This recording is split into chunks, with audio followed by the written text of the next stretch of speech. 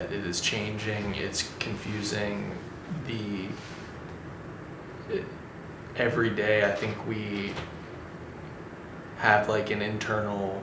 like struggle of like what are the next days, weeks, months going to be looking like, and you know, I mean, I don't want to have an easy way out here by saying it's too close, but like it kind of feels like that because we're like very much in the middle of it, and I don't think we've fully processed our emotions about it. You know, like we feel like we are connected to Boston in a way that neither of us, from Leah's and my perspective, I think ever anticipated, and you know, the thought of transitioning back to Dallas is immensely difficult, you know, on a number of levels, and including because the pod is changing and we're no longer going to be within a 5-minute walk of everyone, and you know, something that Jacob said at the very beginning, like priorities have changed over the last year and a half, and so kind of coming to a reckoning with that while trying to deal with this real world kind of coming back to us in our own personal lives is a struggle. Yeah, I agree. I'm in denial that we're going back, and it's terrifying and awful.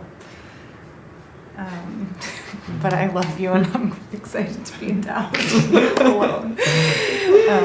No, it's so overwhelming to think about leaving and painful, and but I think what has become clear is that ultimately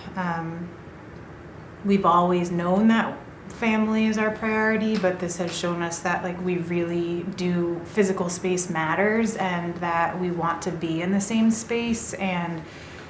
I think as each of us kind of prepares to start a transition back to some of the things that we had left to come to Boston, that feels pretty temporary and kind of a bridge until we ultimately all settle back into the same place. This is all like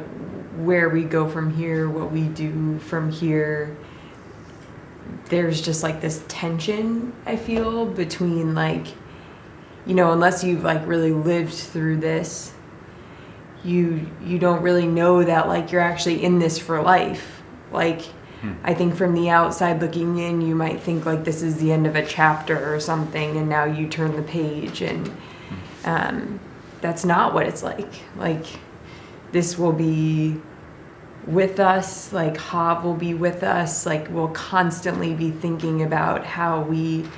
and where we find Hav, and how and where we find each other, and then there's like sort of the tension of feeling that with also,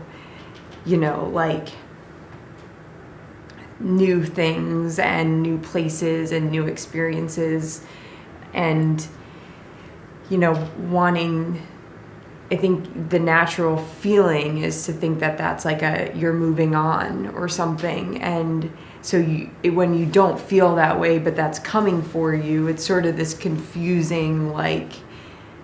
and this is all happening right now for us, but it's just sort of this tricky thing to process, and I think we're just sort of figuring that out day by day. And to what Lou said, like, you know, there's some like sense of, at least it gives me some sense of calm or peace to know that like for right now it's okay that we will go do something new, or we will go maybe not live under the same roof. It's probably good for all of us. But to know that what we're all after is to be together, and to know that that's sort of like our new North Star or something. Yeah, I agree with what everyone said. The one thing I'll say is something I said at Hav's memorial, which is that when she and I were sitting together on this dock in Tamales Bay, we were listening to a podcast, and the poet Pico Iyer talked about the joyful participation in a world full of sorrow. And I think in part when you ask about what does change look like, what does the next chapter look like, how does it mean to sort of physically be in different places more often, I think of two things. One, I think of it, you're sort of asking, well, will you continue to do things that are meaningful, like the most meaningful? And the answer to that is yes. And then the second part that I think of is, should we joyfully participate and try to joyfully participate? And I think Hav would want that, and I think we owe that to each other, you know, in a next sort of phase of grief and a phase of, you know, being together in a pod and remembering Hav's life in a different way. So, and to be determined.